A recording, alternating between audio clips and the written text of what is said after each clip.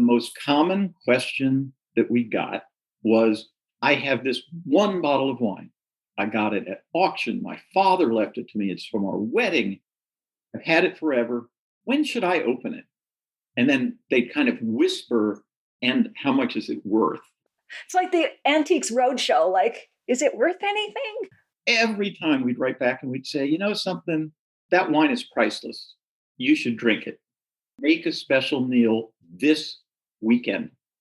Drink it and celebrate your mother, celebrate your long ago wedding, celebrate whatever is in that bottle. We got this letter so many times that we decided everybody must have a bottle like that. So we're going to set a date. Last Saturday in February, all of us together, and we're going to open that bottle. And we called it Open That Bottle Night.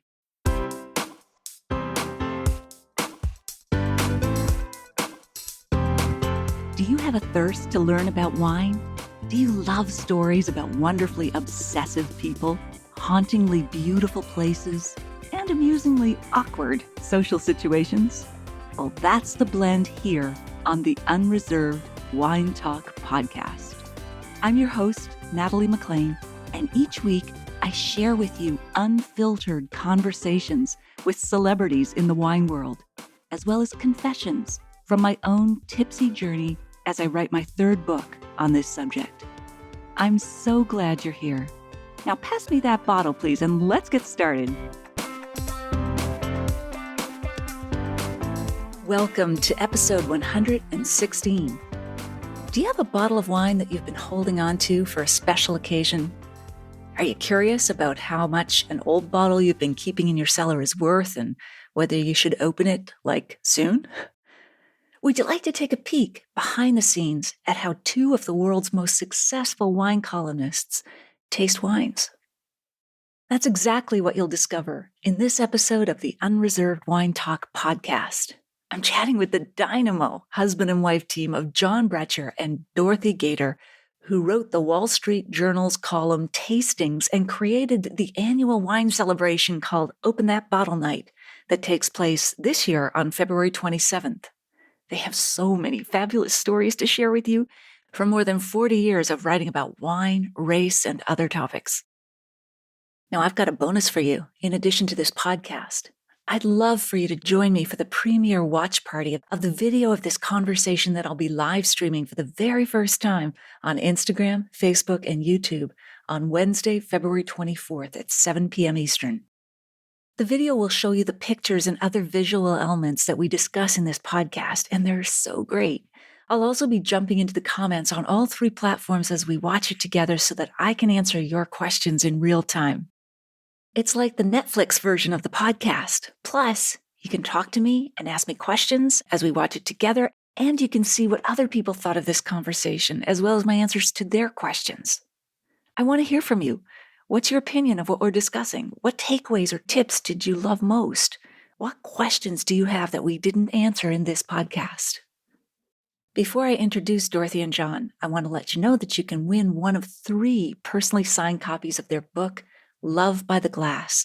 It's a beautifully written memoir and love story that also teaches you lots about wine. All you have to do is pick your favorite social media channel, Instagram, Facebook, Twitter, or LinkedIn, and post about which bottle you're going to open on February 27th before that date. I'll post all of this in the show notes at nataliemclean.com/116.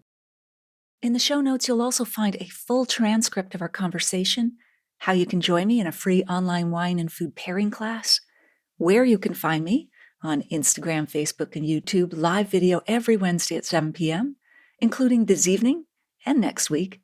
That's all in the show notes at nataliemclean.com/116.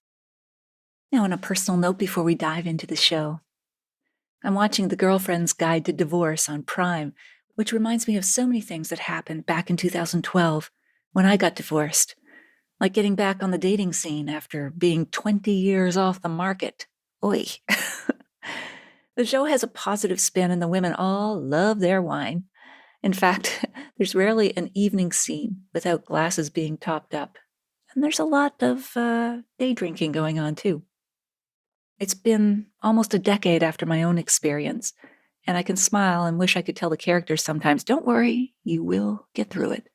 Wine helps, but friendship helps so much more. Okay, on with the show.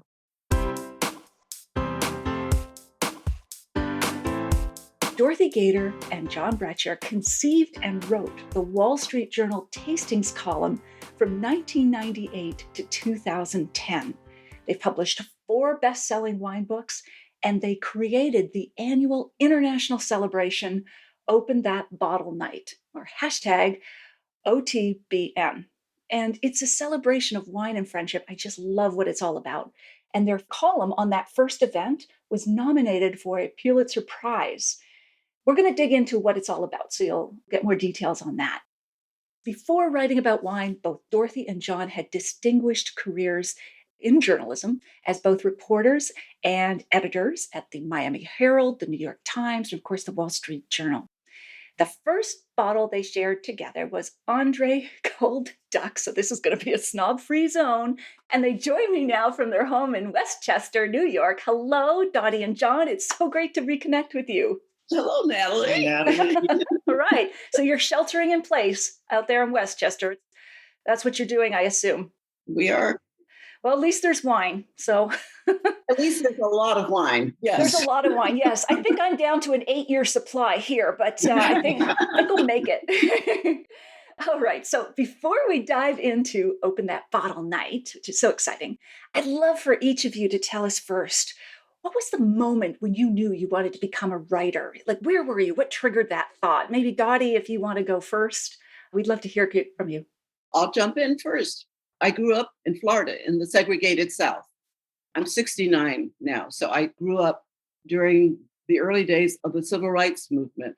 And my heroes were the journalists who came from all over or who were already in the South telling the story of Black America. And I thought, well, with words, we can change hearts. We can change the way people think. And so I wanted to be a journalist. And that's what I did. Wow. And how old were you when you realized this? About 13. Oh, wow. Yeah. That's young. Yeah. Were you reading a particular paper where you grew up? And My family got 3 or 4 papers every day. We were real news junkies.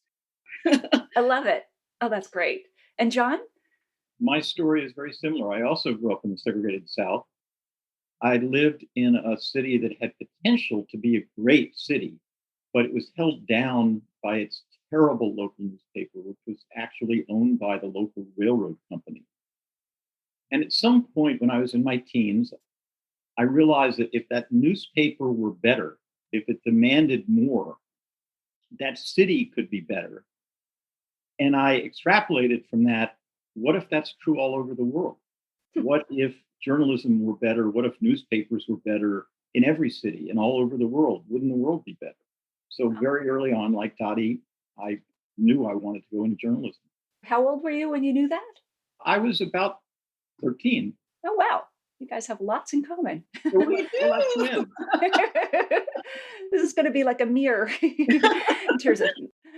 Now, let's go to the worst moment or point or story in your writing career. Where were you? What was happening? How did you recover? Dottie? Gosh. Well, fortunately, there haven't been many. In the course of writing our column, we made 2 small errors, and they were pretty much abbreviations. They weren't major, but 2 is too many. We don't like to make errors. That was really bad. And what were the abbreviations? We're not letting on. Oh, I see. We'll never tell you what the errors were. Oh, I see. Okay.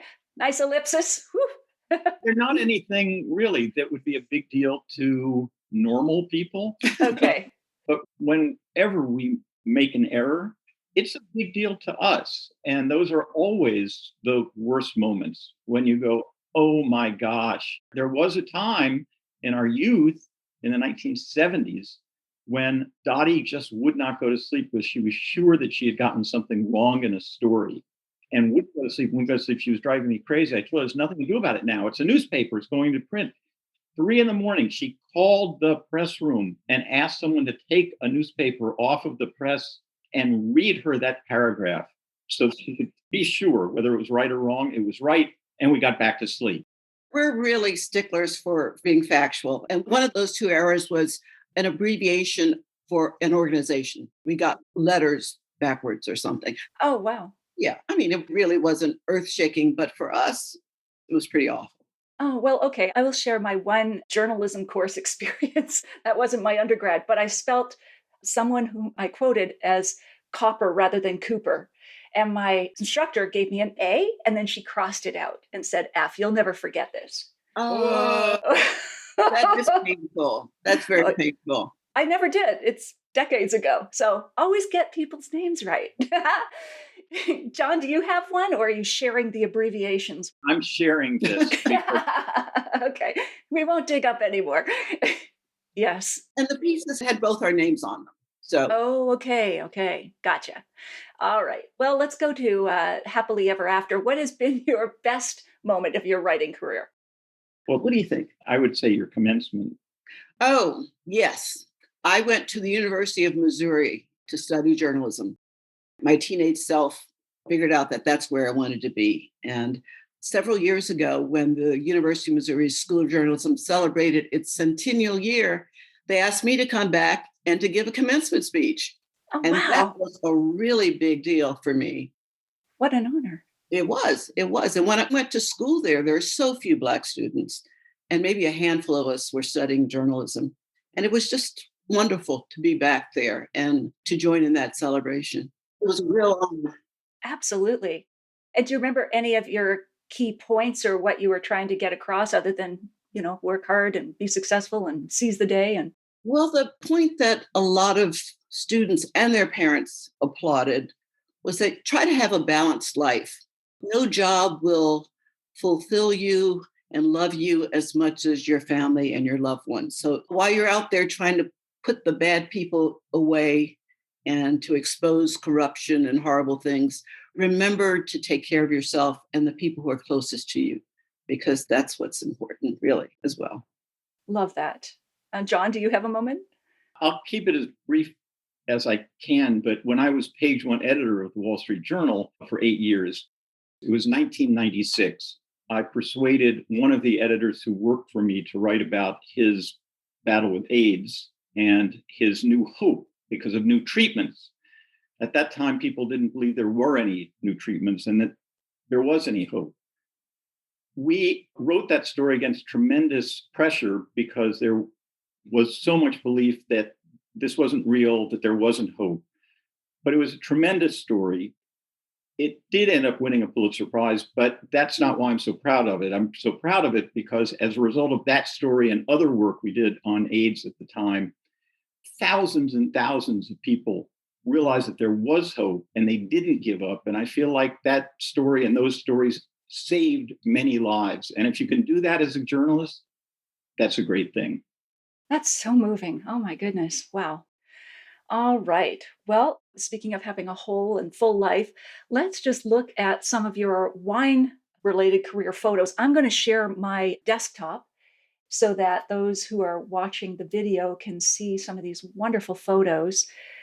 Can you see the screen right now? Yes, we can. And it's the two of you. It Lovely is. shot. Where is this?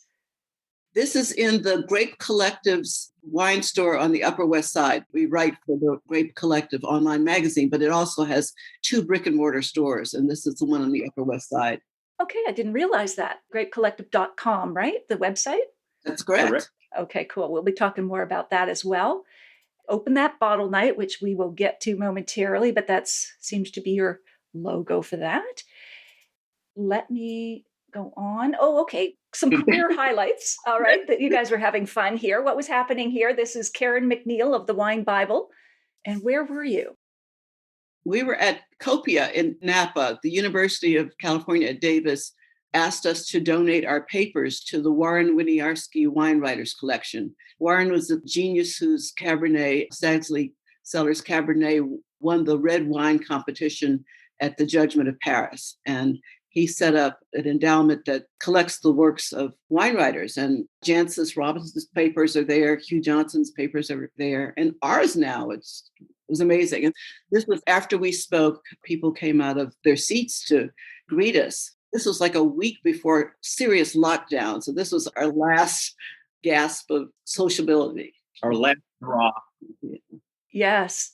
And so did they take all of your, like, if you use yellow pads, I don't know if you do, or like all of the notes, everything went into the library? A lot of it did. And also artwork. There's some pieces that we donated. There are pieces that they'll get later. There are some pieces that our daughters want. But Wall Street Journal commissioned artists to illustrate our column. And some of the pieces we love so much that we bought. And so the kids have grown up with these pieces. And we did part with some. Wow. Okay. And just a couple more highlights here. Oh, this is a dinner with Harlan, right? Will Harlan, yes. We were the headliners at the Symposium for Professional Wine Writers at Meadowood 2 years ago. And this was their Open That Bottle Night celebration on the last night of the symposium. Oh, fantastic. I attended that many years ago. It's a great event, but Meadowood has since burned, hasn't it? This room that you're looking at does not exist anymore. Oof. Oh, that's so sad. Horrible. Yeah. Well, the memories will live on.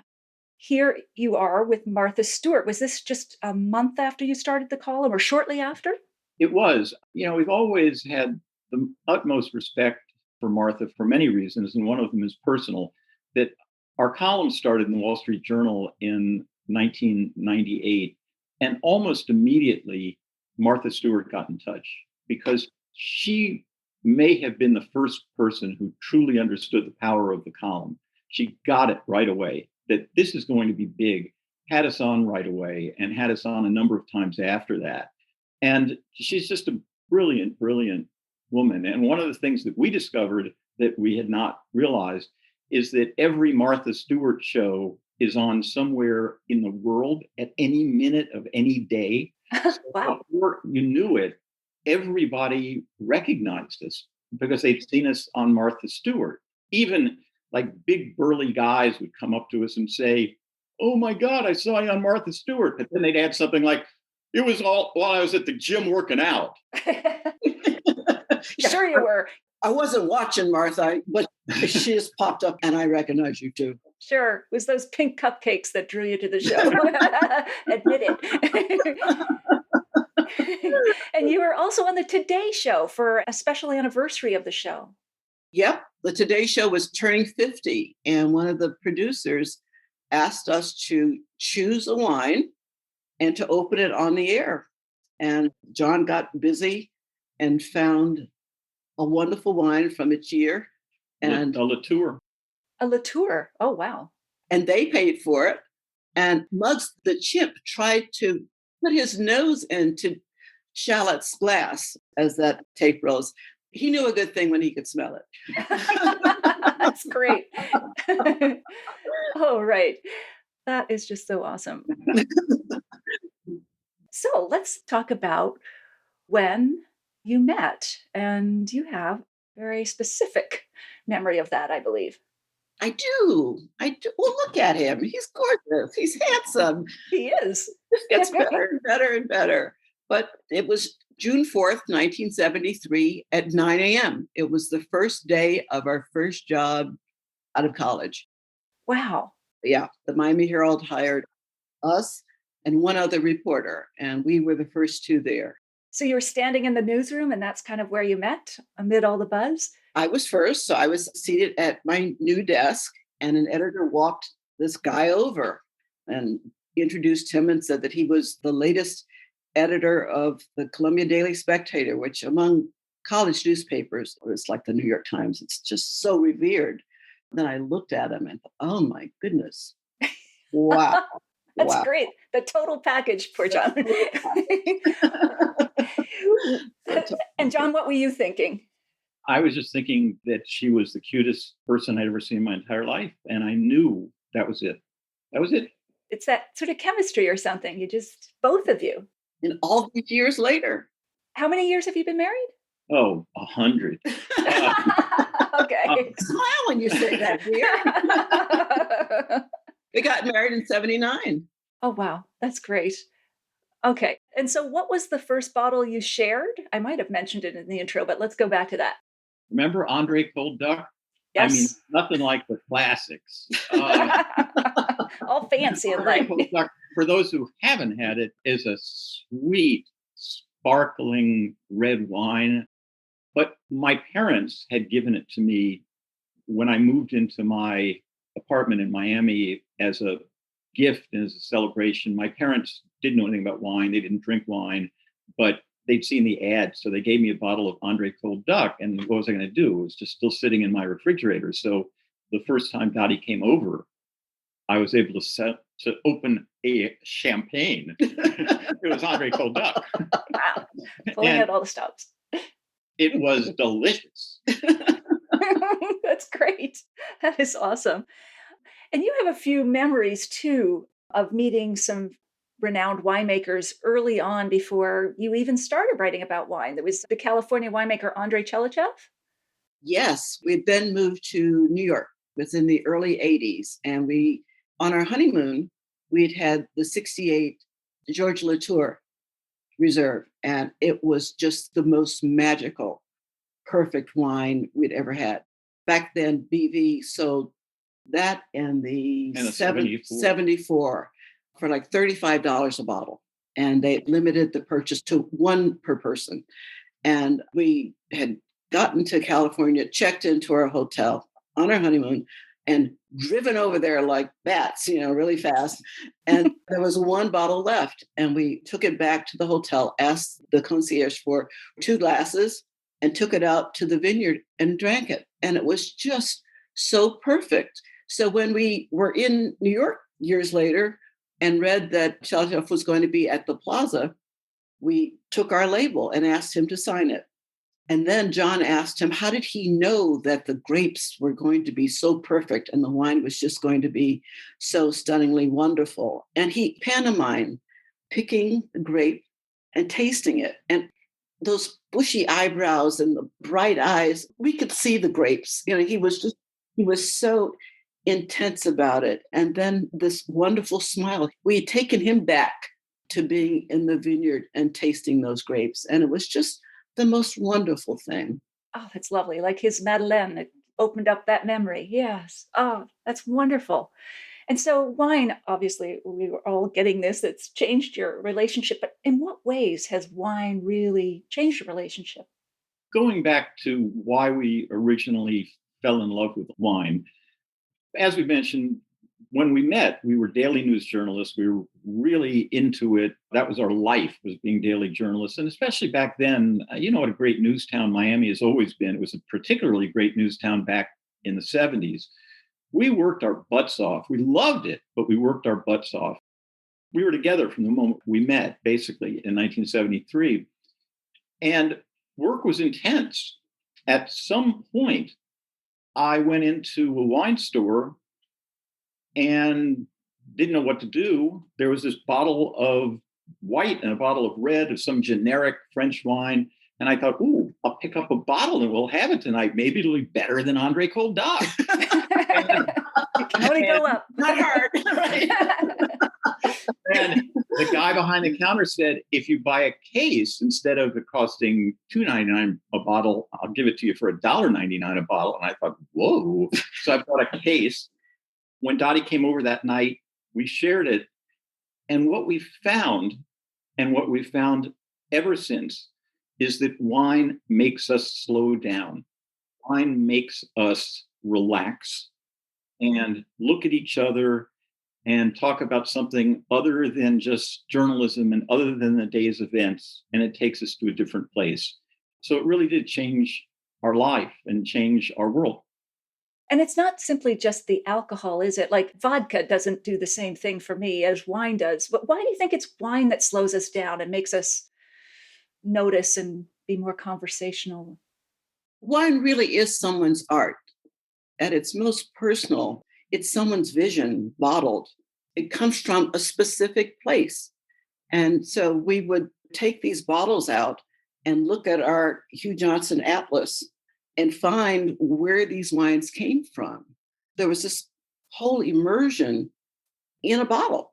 And it can really hook you if you're open to exploring. And we were, and every bottle is an exploration of someone's vision.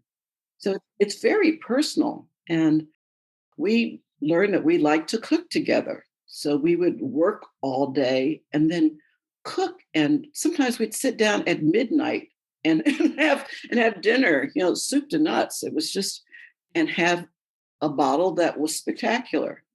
And it was spectacular because we were enjoying it. We learned our palates by tasting and pulling corks. That's the way to do it. Yes. And is that what you mean by tasting the winemaker's soul, the artistry that's in it? Like, that's a beautiful poetic way to put it. I'm just wondering what you mean by that, tasting the winemaker's soul. One of the things that we'd urge everybody to do at some point when we can travel again is, if you've never visited winemakers, go visit them. That doesn't mean go to California. It doesn't necessarily mean to go to Bordeaux. There are wineries now, commercial wineries in all 50 states. Go visit winemakers.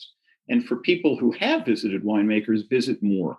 Because what really made wine get so much better for us was the first time in the 70s that we went to Napa and we met winemakers. And we were able to really put together the winemaker with the wine. There was nothing about this wine that was accidental. Obviously, you can't control nature, you can't control the vintage, but it all starts with a winemaker's vision. What is it that I want to do? What is it that this wine is going to mean to me? And that really transformed wine to us when we realized that wine wasn't just a beverage, but that it really was a vision. And so to this day, when we taste a good wine, we always talk about, like, what were they trying to do here? And one of the advantages of that is many times when we drink a wine, we'll say, we don't really like this wine that much, but we appreciate it. And that's really critical when it comes to enjoying wine, because that means that you're really getting to wine on a level where it should be. You're not going to like every single wine that may be good in various ways, but you should be able to think about, what were they trying to do here? And there should be an answer. Yep, I agree with that. Yeah. And before we leave the early days, I'd love to just share my screen again in terms of your wedding, because you've got a great bottle there. And you can maybe tell us about that. This is my parents' backyard. My mother had this brilliant idea to chill the Titinger in her bird bath. That's great. I love it. So we had 16 guests, including us, 16 people at the wedding, and 18 bottles of champagne. The guy with the long hair pouring it is John's older brother, Jim. He was in charge of making sure everyone never had an empty glass. And the young man in the middle is Chris, their younger brother. Wow, Tattinger, that's a long way from Andre Cold Duck. Yes. Yeah.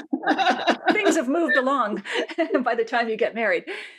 Our plan, and it worked out, was we had 18 bottles for 16 people. We only had champagne. That's the only beverage we had. And our plan and our hope was that we would have one bottle left over, because we went directly from here to the train station to get on a train, a series of trains that dropped us off ultimately in Napa Valley. Ah, that's terrific. Honeymoon in Napa. And while we're on family here, this is a lovely photo. These are your two daughters? They are. Yes, and they often featured in your column. You'd mention them. People came to know them so well. We heard from a woman in Midwest who named baby deer, who started visiting her backyard after our daughters. Oh, that's so sweet. Our older daughter, who's next to John there, got married a year ago. And our readers couldn't believe that she's married now. They saw them grow up. And how did wine play a part of her wedding? Oh, wow. Every part. Okay. You taught her well. There were 3 very special wines we had at her wedding celebration. All 3 were wines that had some special resonance for Media and her younger sister, Zoe. and us. And in all three cases, we got back to the winemakers, whom at this point we know, and asked them if they wouldn't mind sending some wishes to Media and her new husband, Jose. It was the sweetest thing. Laura Catina wrote a poem. Oh, the winemaker from Argentina, who also happens to be in her spare time an emergency doctor in San Francisco, right? Yeah. She's amazing. She wrote a haiku. Oh. Incredible. I know. And August Kessler sent word. We got Riesling from him because we dragged the girls to Germany when they were little. They must have loved that. Fighting and screaming. He wrote, stand together in good and bad times. Very good sentiment for newlywed people. Oh, that's great. Lovely. Oh, my goodness. And then we finished with Dekim, which we'd laid down for them. Wow. Yeah, for Media. That's good planning. It not only is the world's greatest sweet wine, but we really do consider it the world's greatest wine. We can't afford it anymore, but back when we bought these 89s, which was the year of her birth, they were ridiculously affordable. So we bought one here, and before you knew it, we had several that we always intended to open maybe when she was 18, maybe she was 21, but we didn't. So we opened up, I think, either 2 or 3 bottles for the night before the wedding for 35 or 40 people. They were gorgeous wines, absolutely gorgeous wines. And that kind of age on them. Oh, yeah. Mm-hmm. Oh, marvelous. It was just kind of the perfect sweet send off to a very sweet couple. That's great. And for those who might not be familiar, Chateau d'Yquem, of course, Yquem, is from Bordeaux, the sort of the top of the top ranked wines, a dessert wine, or some people do eat it at the front of the meal or drink it, but very special bottle. So tell me, before we move on, the lady from Coconut Grove, who is she? We wish we knew who she was. And if anybody watching this knows, let us know. She was absolutely critical to our wine journey. One of the things that we tell people is get a good merchant. Get a good merchant. It's absolutely critical, even in today's world of the internet and everything. Having someone you can go to and talk to personally is incredibly important. When we were very young, just learning about wine, we lived in Coconut Grove, a part of Miami, and there was this little tiny store. I still was nervous about going to wine stores at that point because I didn't really know anything about wine. Tiny little store. One woman who worked there, it was her store, never knew her name. And I went in and we talked about wine. So I bought a couple of bottles from her. We really liked them, went back. And we set a $72 maximum on a case. $72 for a case was what we could do. And that meant... What year was this? This was 1976. Okay. Yeah. I guess that could go a ways. Yeah. And the idea was that we could buy some wines for $3, but that means we could maybe go up to 10 or 11 on some. Whoa. and what she did was basically show us that good wine, even back then, was made all over the world. She didn't just give us California wine. She didn't just give us wines from France. She gave us wines from all over the world. And then, as Dottie said, I would bring home the case and we'd sit down there and we'd go to Hugh Johnson's book and we'd place the wine and say, oh my gosh, this is from there. And if it was a US wine, we'd go to Leon Adams, the Wines of America, and place the wine and say, oh my gosh, this is where it's from. And we had this other one that was from here. It was hugely, hugely important. By the time we came back to Miami, we left for New York, we came back, that store was gone, never found her again. Oh, wow. Well, lady from Coconut Grove, if you can hear us now, please write in or find us on social media. Thank you. Yes. All right. So, as I mentioned early on, you both were hard news reporters and editors. Why did you make that switch to, what some people might consider soft lifestyle kind of writing with wine? It's a total accident. All right. We never intended for that to happen. The Journal is a huge organization. It takes forever for changes to come. And for years, it had been talking about having a weekend section. And at some point, it appointed an editor who had worked for John at one point. And throughout our time at the Journal, we'd have reporters and editors over for dinner. So they knew about our passion for wine. And, we'd go late into the night drinking wonderful stuff and eating wonderful things. So this editor, Joanne Lippman, came to John one day and said, listen, if we get this weekend Journal edition going, would you and Dottie write a wine column?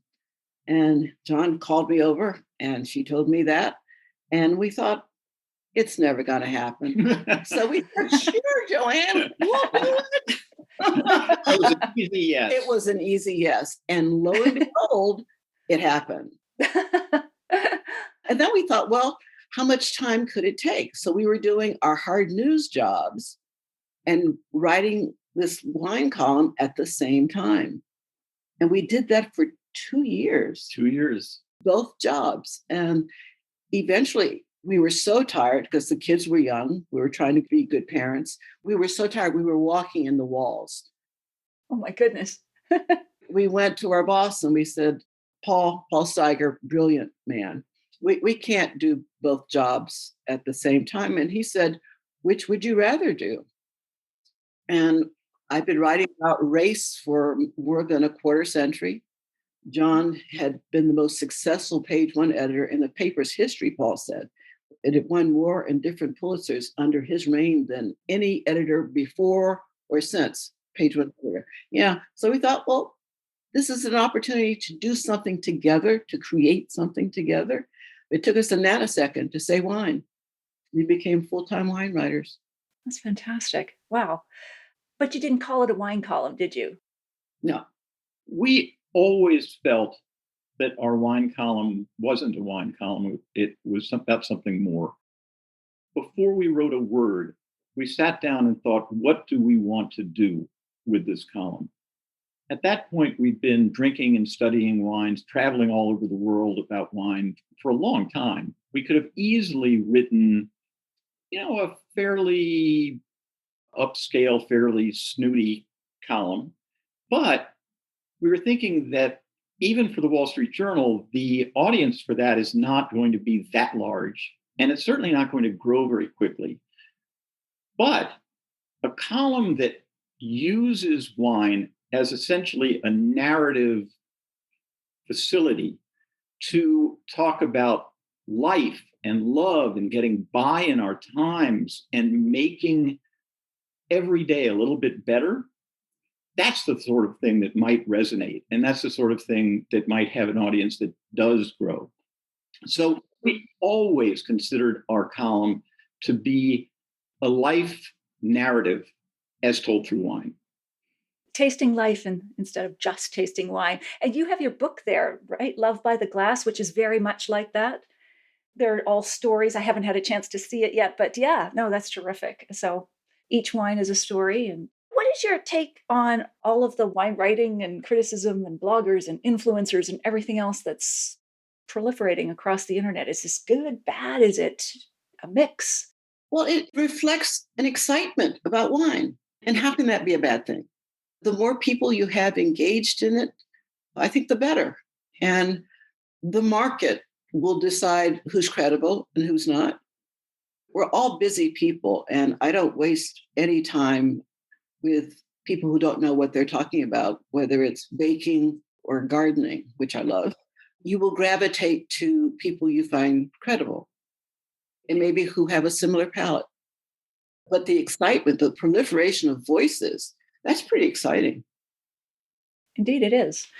And has there been a wine or a region that you've ever sort of disagreed on? Or have you, you seem so compatible in every way. Do you just like the same wines? No. This is all an act. Well, it's a darn good one. Thank you. Okay. On the road. For years, we had vehement disagreements about Oregon Pinot Noirs. Ah, so who is pro and who is con? I was pro. Okay. I liked the fruit forwardness of it. John thought that they were a bit much too fruity. And once we wrote, and if he doesn't agree, he's going to have to sleep on the sofa. In your column. In the column, just joking. And we got this letter from this man who said, why is it always the guy who has to sleep on the sofa? Oh my goodness. Just kidding. Being literal, yeah. Yeah, but Oregon was a young wine region. And like every new place, it has to decide what its grape is, where should it be planted, and that sort of thing. And so it grew up, and John gravitated in my direction. So he came round. Sounds like he does it. I really do think that what happened is that the wines got earthier, they got more minerally, and that extreme fruitiness of the first years, to me, calmed down. But I think the larger point here with us is that people taste wines in different ways, and it has a lot to do with their own personal palate, it has to do with their upbringing. In Dottie's case, she loves fruit. She loves all kinds of fruit. She loves mangoes. She loves tangerines. She's just a real fruit person. I grew up, I can't remember when I ever had fresh fruit. We just didn't in my household. And I'm not much of a fruit person. The way she approaches a wine, the way I approach wine, just from that one thing, is very different. One of the things that we often wrote about the Wall Street Journal, we often write about now on Grape Collective, is that my taste may not be your taste. Doesn't mean that anybody's wrong. People just have different tastes. It's that simple. And it's okay. It's okay. We tell people, don't let anyone tell you what you like. We can't taste what it tastes like in your mouth. Trust yourself. Yeah, trust yourself, like that Dr. Ferber, Sleeping Babies or something. Trust yourself. You know more than you think you do. Oh, gosh. We had a baby who would not sleep. Yes. Yes, that's separate. Thank you, Natalie. That brings up. It's all gone now. It's memories. But you received lots of letters over the years. But you had a category of people who would write to you called wine jerks. Who are they? Well, over the years that we wrote the Wall Street Journal wine column and since, we encourage people to get in touch with us. We want people to get in touch with us, both to give us ideas of things we should drink, to respond to our columns, whatever. And obviously, if people believe that we have made an error, we definitely want to hear from them. As you've heard, being correct is very important to us. The problem is, during all of our years working at the Journal and afterward, we've heard from a lot of people who aren't correct in their correcting of us, and in fact are obviously incorrect, and just a little bit of investigation would have made it clear to them that they weren't correct. The interesting thing at the Journal was that every time we got one of these letters from someone, that we just kind of rolled our eyes and said, oh my gosh, and we always wrote back very nicely and said, no, here's the fact, here's the background, or we'd email back and say, here's the link. Think about it. That was really interesting is every single one of those letters came from a guy, except one. Oh, you got a woman.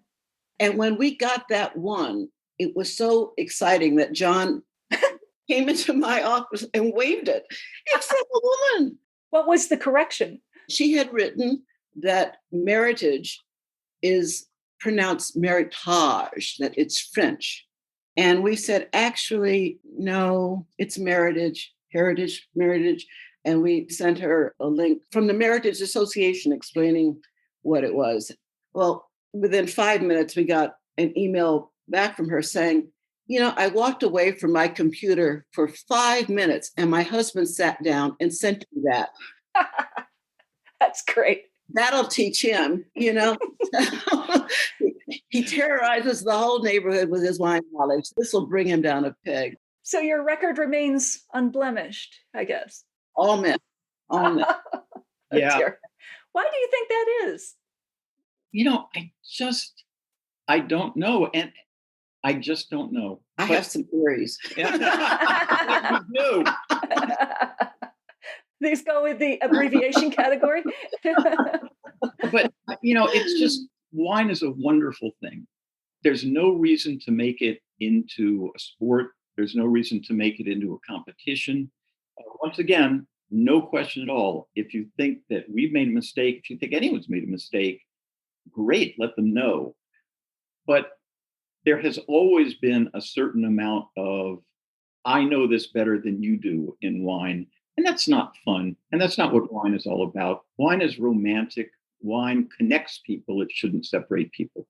But it's always been this exclusive domain, not always, but largely of white men, Mm-hmm. and it can't be exclusive if it lets everyone else in. And I think that that attitude is beginning to break down. White women kicked the door in years ago, but people of color, our absence across the board is being noted more and more, and people are doing something about it, talking about doing something about it. Some of them are actually hiring and actually doing things about it. But it was a white man's game for a long time. Absolutely. And you've segued into a very interesting topic that sort of dovetails between the wine and your experience in writing about race-related issues, Dottie. What has been your experience as a Black woman in the wine industry, like at industry tastings and events? Well, for years, I was the only one there, but I'm used to it. I'm used to being the only one. I was often the only Black person at restaurants. It wasn't a fun way to be, but I was used to it. The most irritating part of it was just getting in front of the pourer, because you'd have these big guys who are like shoulder to shoulder, and they're being bros, and the person pouring the wine is entertaining them and they're having a great time. And I'm little and trying to elbow my way in a polite way to get a splash. And it's the not being seen that is hard and shouldn't be, because I was going to write about the wine if I liked it. I don't know what the guys who were shoulder to shoulder were doing. If anyone should have been getting some attention, Absolutely. But now there are many, many more Black people at tastings when we had walk around tastings, young people. And it's just exciting to see. And, I walk up to them. I'm vibrating with happiness, and they're looking like, I don't know who you are. But it's nice to see them. And I always ask, is there something here that you like that I really should try? And I pass out my cards so everyone knows how to reach me. That's terrific. And I mean, it's just there's been so much change and so much writing on these issues in the wine industry lately between people of color and women. But what is it that we can do to help? Like those listening, me personally, how can we get involved? Is it sometimes I see a lot of social media posts and I just wonder, is that just virtue signaling or whatever? Like, what can we do? I think just bring people in. You can interview them. You can have them as guests. I say that the children are watching. If you have kids, how are you living your life? Who are your neighbors? Who are your kids' schoolmates? It needs to be part of who you are. You can't just do it in this segment of your life. I think we're seeing problems because it's been embraced in this way, but not in a holistic way. You have to be authentic in your caring about everybody. And if the wine industry is going to grow, it needs everybody. It needs to use talent. Black people have money. My older sister and her Black friends would ski every winter for years. A group of Black people would get up and fly and ski. There's money out there. It's a bottom line thing. I read in one piece, someone said, you better widen the market and include more people, or White Claw is going to eat your lunch or drink it. Right. The business of wine is a business. Mm-hmm. All right, let's get to open that bottle night. Finally. Sorry, I just had so many things I wanted to ask you first. It's fun. Yeah, so how did you come up with the idea? When we started writing our column in 1998, we found, as we imagine every wine writer does, our guess is you have found this, that the most common question that we got was, I have this one bottle of wine. I got it at auction. My father left it to me. It's from our wedding. My mother gave it to me. I've had it forever. When should I open it? And then they'd kind of whisper, and how much is it worth? Exactly. And It's like the Antiques Roadshow. Like, is Right. it worth anything? right. And every time we'd write back and we'd say, you know something, that wine is priceless. You should drink it. Make a special meal this weekend. Drink it and celebrate your mother, celebrate your long ago wedding, celebrate whatever is in that bottle. We got this letter so many times that we decided, my God, everybody must have a bottle like that. Whether you've got one bottle in the house or you have 1,000 bottles in the house, clearly everybody has bottles like that. We do. So we wrote a column and we said, all right, look, it's going to take a village for us to open these bottles. So we're going to set a date.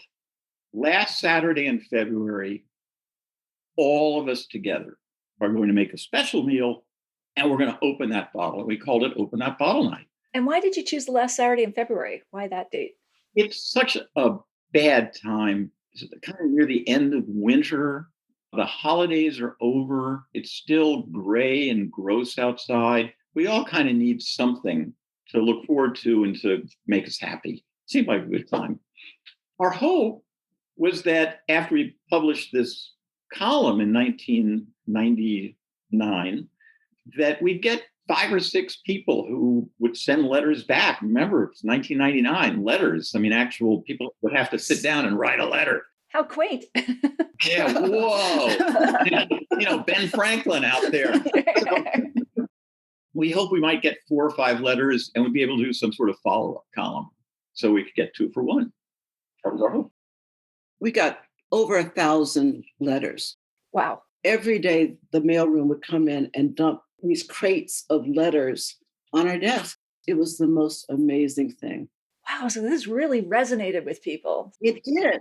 It did. And the piece that we wrote started with a quote from John Watson, who said that if only we had found this occasion last year, his bride of 50 years could have been there in person to celebrate and not just in spirit. Goosebumps. Yes, we kept up with John Watson for years. And on Open That Bottle Night 3, he wrote that he had met Mary on this river cruise down the Dordogne and that she loved wine and he loved wine. And we kept bringing him into the column and checking in on him. They got married. Their kids sent us pictures from their wedding. And then in 2017, we heard from his granddaughter that he died. Oh. And his obituary mentions a highlight of his life being quoted by us in the Wall Street Journal, and that he wants people to remember that there's a second act, that there's love out there, and that you should grasp it with both hands and toast to life and this wonderful gift of the grape.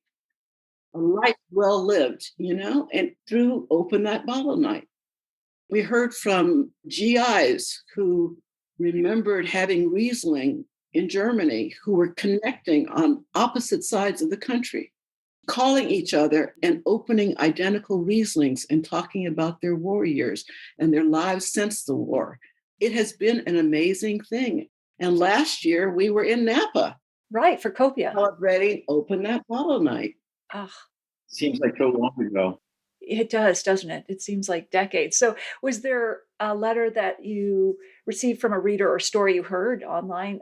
Sort of a very odd place for someone to open a bottle, or a strange or odd bottle itself? We kept in touch for a long time with someone from Palmer Station, Antarctica, a research station. Dee first wrote us from Palmer Station a number of years ago and said, we're going to celebrate OTBN here in Antarctica. Zenobia Evans. Right. And she said that they don't often get supply ships, but every supply ship that comes to Palmer Station knows you got to bring a bottle of wine. But there's never a perfect occasion to drink those very, very rare and special bottles. So they decided Open That Bottle Night was it. So every year for years, Palmer Station celebrated Open That Bottle Night with wines from all over the world that had been dropped off with supply ships. That's awesome. That is so great. And what's maybe the least expensive bottle anyone's ever written to you about in terms of should they open it or not? It's interesting. You've probably heard this too. There are an awful lot of really, really old bottles of Matus out there. Yes, the rosé from Portugal, right? Yes. Right. Yes, in that shape bottle. Right. Exactly. Yeah. Pottery. The one that when we were in college, you put the candle in after you. Right. Either that or macrame it. Yes. Yes. Ooh. Ooh, yeah. Fancy. But yeah, but if it has memories, it's priceless. That's always been our fun. It is. And so why do you think, like, when these bottles have so many memories, why do we resist opening them? Why does it need to be a special occasion that is not here yet? What is going on? I don't know. No occasion is special enough. People are waiting. One woman had bought a case of something that she wanted to open at her son's wedding. And he was in his 40s. And she says, it's not going to happen. I'm going to drink this case. Was he dating or was he engaged? Or He wasn't dating. She says, tired of waiting. Babies were born. Babies graduated from high school, college. People got their medical degrees. And for some reason, people just couldn't open these bottles. Then some people started to think, I don't want my kids pouring this over my grave. Right? Yes. Someone's written that an empty bottle is better than a bottle full of vinegar. People have begun to embrace the idea of now, especially now during the pandemic.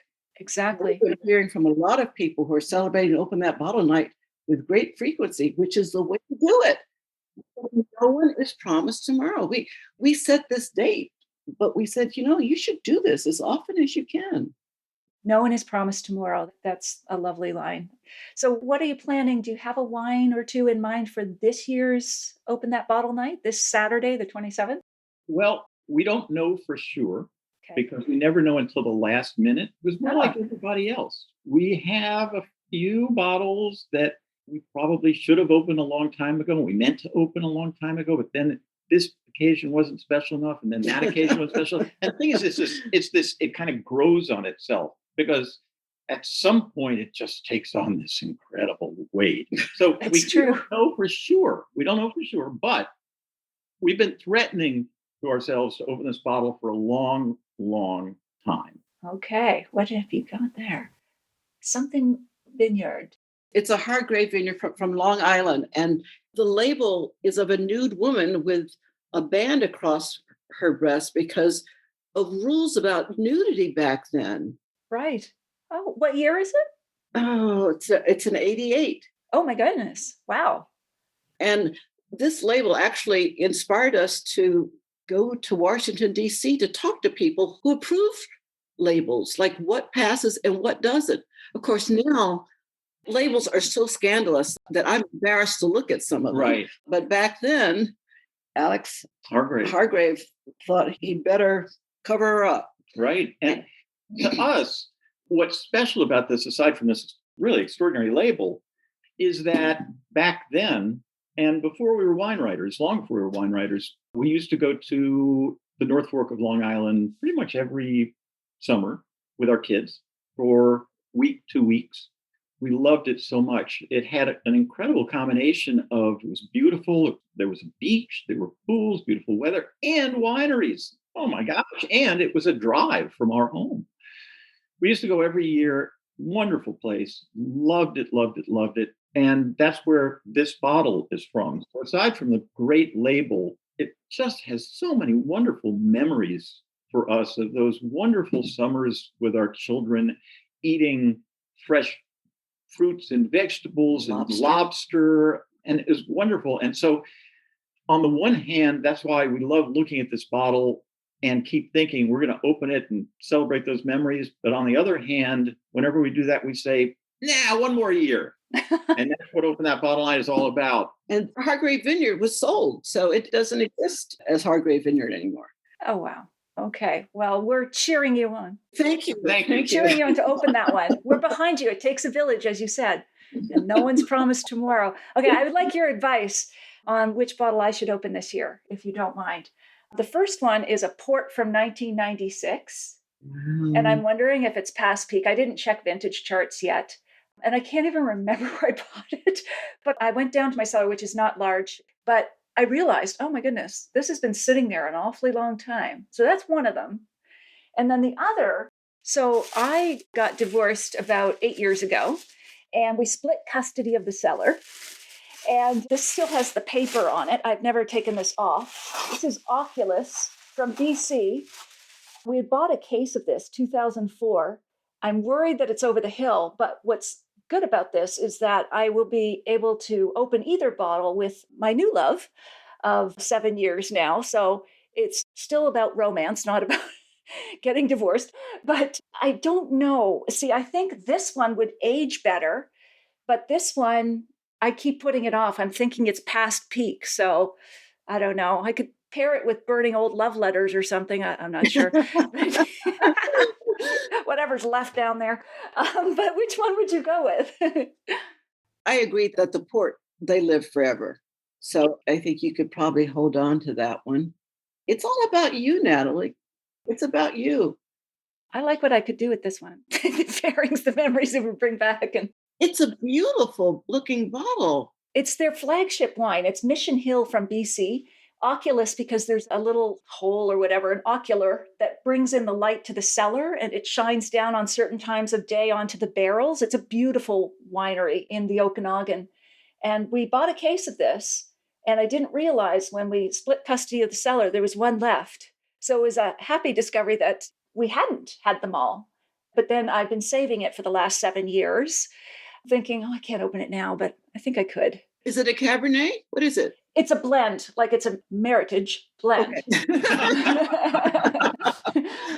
74% Merlot, 13% Cab Sauv, 10% Cab Franc, and 3% Petit Verdot. So that sounds delicious. Yeah, I think we'd vote for that. Okay. Right. Yeah. It just sounds like there's a lot of storytelling involved in that one. And I love your pairing suggestion. Or maybe office files that he forgot to take, or I don't know, tax returns. No. Anyway, it's all good. Happily ever after, I'm with a new guy, so it's all good. Moving on. Exactly, moving on. So I can't believe how fast this has gone, but I don't want to keep you. I want to ask you just a few more questions if you are game. Open That Bottle Night. This sounds like we're on the game show, but which famous game show featured Open That Bottle Night? Well, it's on my coffee cup. Oh, there you go. Oh my goodness, that looks familiar. Mm-hmm. Yep. Jeopardy. It was 2005 it was a $200 question, and the contestant got it right. Open That Bottle Night was created by the Wall Street Journal's columnists on this subject. That's great. That is real. You know, you've gone into mainstream culture. Alex Trebek voice there.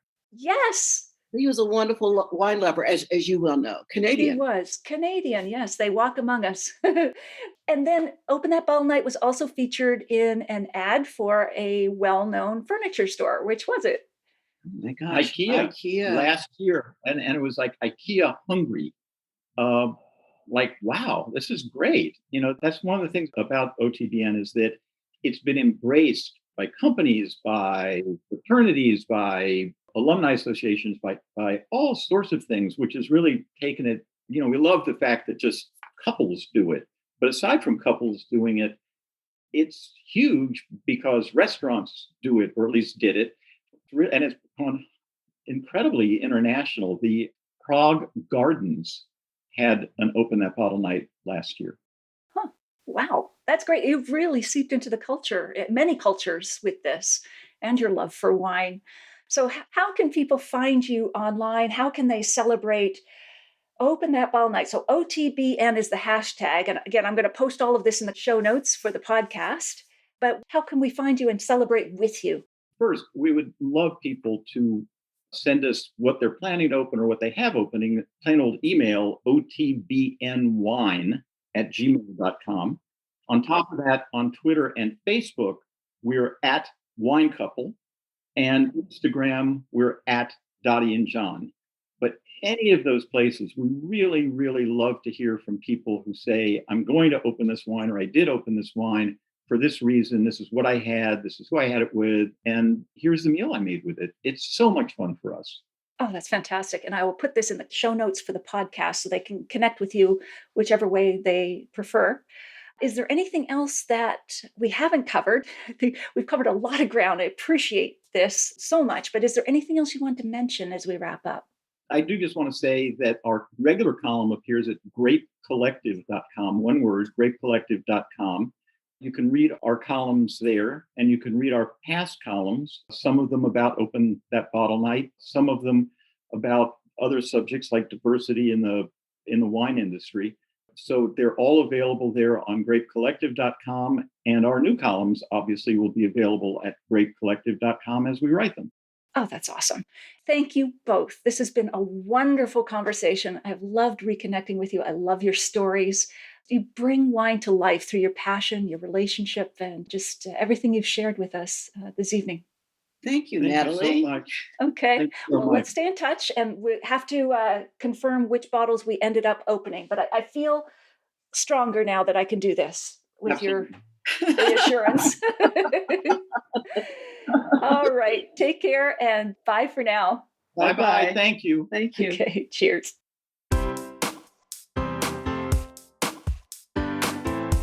Well, there you have it. I hope you enjoy my chat with Dottie and John. Here are my takeaways.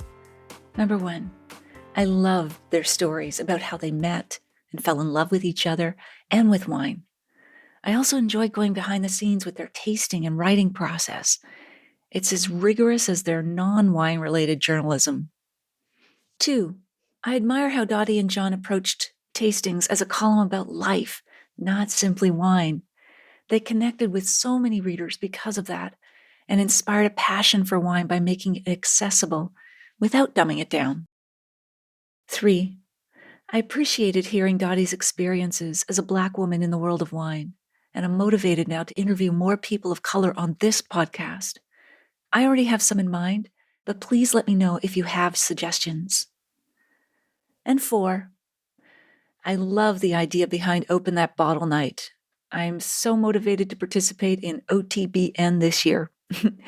You'll find out which 2 wines are my finalists for this decision and why I chose the one I did during our watch party on February 24th. And I want to know which wine you chose too.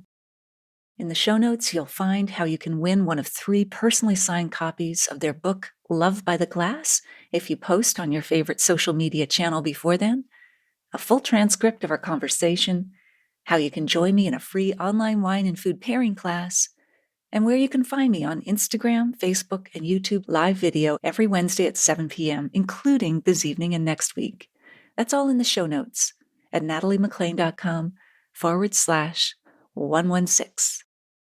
You won't want to miss next week when I'm talking with another dynamic husband and wife team, Susie Berry and Peter Richards. Both are masters of wine. They've written for the Sunday Times, Decanter Magazine, and were presenters on the flagship BBC television show Saturday Kitchen for more than a decade. They've been described as Britain's first couple of wine, and I'm thrilled that they're going to be here with us next week. In the meantime, if you missed episode 15, go back and take a listen. I talked about the differences between men and women when it comes to tasting wine. The results will surprise you.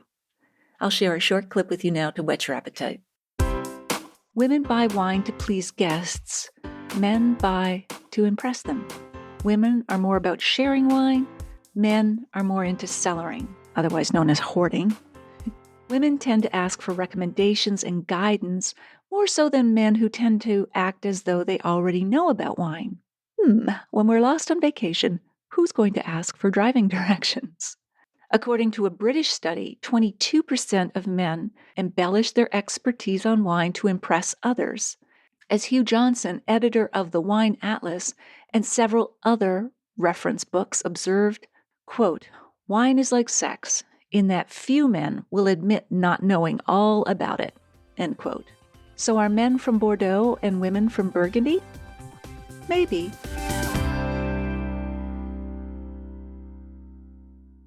If you like this episode, please tell one friend about it this week, especially someone you know who'd be interested in the tips that John and Dottie shared, and they might like to participate in Open That Bottle Night. Thank you for taking the time to join me here. I hope something great is in your glass this week. Perhaps one of your finalists for Open That Bottle Night. post on social media about it, and you could win one of their personally signed books. Love by the Glass.